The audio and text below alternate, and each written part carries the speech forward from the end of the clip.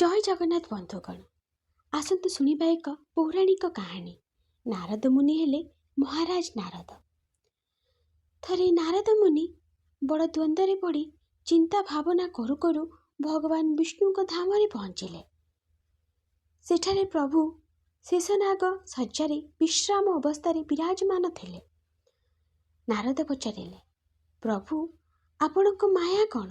ମୁଁ ଏହା ଜାଣିବାକୁ ଚାହୁଁଛି।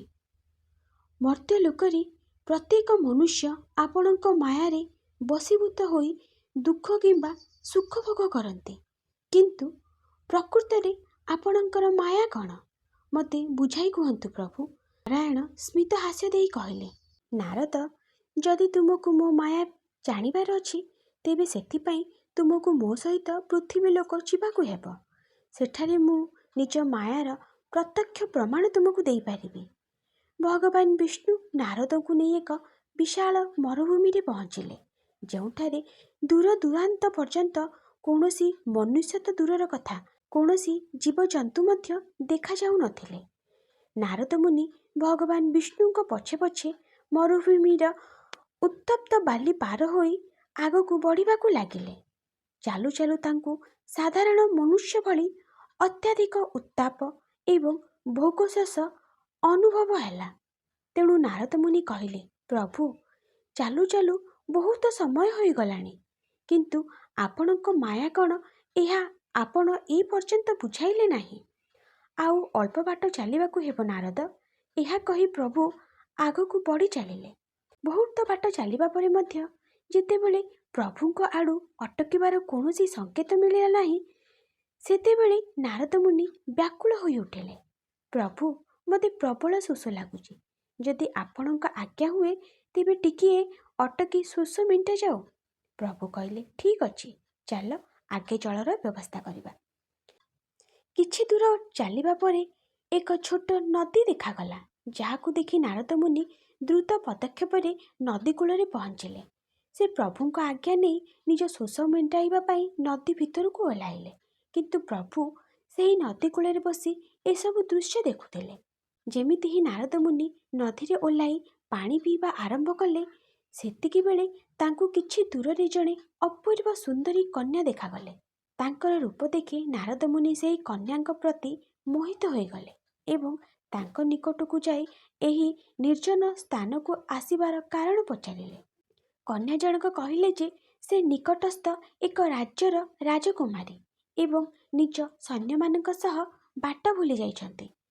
ନାରଦ ମୁନି ରାଜକୁମାରୀଙ୍କ ସହ ତାଙ୍କ ରାଜ୍ୟରେ ପହଞ୍ଚିଲେ। ରାଜକୁମାରୀ ସବୁ କଥା ନିଜ ପିତାଙ୍କୁ ଜଣାଇଲେ। ରାଜା ପ୍ରସନ୍ନ ହୋଇ ନିଜ କନ୍ୟାର ବିବାହ ନାରଦଙ୍କ ସହ କରିଦେଲେ ଏବଂ ସମସ୍ତ ରାଜପାଟ ତାଙ୍କୁ ଦେଇ ନିଜେ ସନ୍ନ୍ୟାସୀ ହୋଇଗଲେ। ଏବେ ତ ନାରଦ ମୁନି ମହାରାଜ ହୋଇଗଲେ। ମନ୍ତ୍ରୀ ଏବଂ ଦରବାରୀମାନଙ୍କ ସହ ସାରା ଦିନ ମହାରାଜ ନାରଦ ବ୍ୟସ୍ତ ରହିବାକୁ ଲାଗିଲେ। ସମୟ ଅନୁସାରେ ଘୋଡ଼ା, ଗାଡ଼ି, ବିଭିନ୍ନ ପ୍ରକାରର ସ୍ୱାଦିଷ୍ଟ ବ୍ୟଞ୍ଜନ ଓ ଦାସ ଦାସୀ ହାଜର ରହୁଥିଲେ। ନାରଦ ଏସବୁ ଭିତରେ ଏହା ମଧ୍ୟ ଭୁଲିଗଲେ ଯେ ସେ ପ୍ରଭୁଙ୍କୁ ନଦୀ କୂଳରେ ହିଁ ଛାଡ଼ି ଆସିଛନ୍ତି। ସମୟ ବିତିବା ସହ ନାରଦଙ୍କର ସେହି ରାଜକୁମାରୀଙ୍କ ଠାରୁ 2ଟି ସନ୍ତାନ ଜାତ ହେଲା। ନାରଦ ମୁନି ନିଜର ସମୃଦ୍ଧି ରାଜ୍ୟ ଓ ପୁତ୍ରମାନଙ୍କୁ ଦେଖି ବହୁତ ପ୍ରସନ୍ନ ରହୁଥିଲେ। ଦିନେ ପ୍ରବଳ ବର୍ଷା ହେଲା। 3 ଦିନ ଧରି ଏତେ ଜଳବୃଷ୍ଟି ହେଲା ଯେ ସାରା ରାଜ୍ୟରେ ବନ୍ୟା ଆସିଗଲା। ରାଜ୍ୟର ସବୁ ଲୋକ ଏଣେ ତେଣେ ଦୌଡ଼ିବାକୁ ଲାଗିଲେ। ମହାରାଜ ନାରଦ ମଧ୍ୟ ଏକ ଡଙ୍ଗାରେ ନିଜ ପତ୍ନୀ ଏବଂ 2 ପିଲାଙ୍କୁ ନେଇ ସୁରକ୍ଷିତ ସ୍ଥାନର ସନ୍ଧାନରେ ବାହାରିଲେ। ବନ୍ୟା ଏତେ ଭୟଙ୍କର ରୂପ ନେଇ ସାରିଥିଲା ଯେ ରାଜ୍ୟରୁ ବାହାରିବା ସମୟରେ ନାରଦଙ୍କ ପତ୍ନୀ ଡଙ୍ଗାରୁ ତଳେ ପଡ଼ିଗଲେ ଏବଂ ପାଣିର ପ୍ରଖର ସ୍ରୋତରେ ଭାସିଗଲେ। ନାରଦ ଶୋକାକୁଳ ହୋଇ କୌଣସି ପ୍ରକାରେ ରାଜ୍ୟ ବାହାରକୁ ଆସି ସେହି ନଦୀରେ ପହଞ୍ଚିଲେ, ଯେଉଁଠାରେ ସେ ପ୍ରଭୁଙ୍କ ସହ ନିଜ ଶୋଷ ମେଣ୍ଟାଇବାକୁ ଆସିଥିଲେ। ଠିକ୍ ସେତିକିବେଳେ ହଠାତ୍ 2ଟି ଯାକ ପିଲା ମଧ୍ୟ ନଦୀରେ ବୁଡ଼ି ପ୍ରାଣ ହରାଇଲେ। ନାରଦ ମୁନି ନଦୀ କୂଳରେ ବସି ଶୋକ କରି ଉଚ୍ଚ ସ୍ୱରରେ କାନ୍ଦିବାକୁ ଲାଗିଲେ। ମୋର ପିଲାମାନେ, ପତ୍ନୀ, ସବୁକିଛି ତ ନଷ୍ଟ ହୋଇଗଲା। ଏବେ ମୁଁ ଏ ଜୀବନ ରଖି କ'ଣ କରିବି? ଯେମିତି ହିଁ ନାରଦ ମୁନି ନଦୀକୁ ଡେଇଁବାକୁ ଚେଷ୍ଟା କଲେ, ସେତିକି ବେଳେ ଭଗବାନ ବିଷ୍ଣୁ ତାଙ୍କ ହାତ ଧରିନେଲେ। ଆରେ ଆରେ, ଟିକେ ଅଟକି ଯାଅ ନାରଦ, ଏହା ହିଁ ଥିଲା ମୋର ମାୟା। ଏ ପର୍ଯ୍ୟନ୍ତ ତୁମ ସହିତ ଯାହା ଘଟୁଥିଲା ସେସବୁ ମୋର ହିଁ ମାୟା ଥିଲା।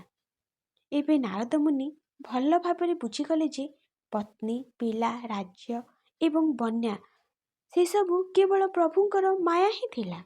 ନାରଦ ମୁନି ପ୍ରଭୁଙ୍କୁ ହାତ ଯୋଡ଼ି କହିଲେ, ମୁଁ ଆପଣଙ୍କ ମାୟାକୁ ଜାଣିଗଲି ପ୍ରଭୁ। ଏହି ପୃଥିବୀରେ ଯାହା ବି ହୁଏ ସେସବୁ ଆପଣଙ୍କର ମାୟା ହିଁ ଅଟେ। ଏବେ କୃପା କରି ମୋତେ ନିଜ ଧାମକୁ ଫେରିବାକୁ ଆଜ୍ଞା ଦିଅନ୍ତୁ ପ୍ରଭୁ। ନାରାୟଣ ସ୍ମିତ ହାସ୍ୟ ଦେଇ କହିଲେ, ହେ ନାରଦ, ତୁମେ ଦେଖିଲ ତ ମୋ ମାୟା କ'ଣ?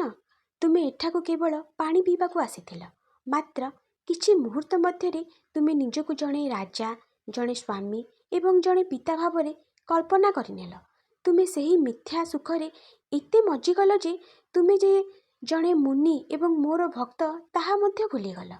ହେ ଦେବର୍ଷି, ଏହି ସଂସାରରେ ମନୁଷ୍ୟ ଯାହାକୁ ମୋର ବୋଲି ଭାବେ, ପତ୍ନୀ, ପିଲା, ଧନ, ସମ୍ପତ୍ତି, ସେ ସବୁ କେବଳ ମୋର ମାୟା ଦ୍ୱାରା ସୃଷ୍ଟି ହୋଇଥିବା ଏକ ସ୍ୱପ୍ନ ପରି।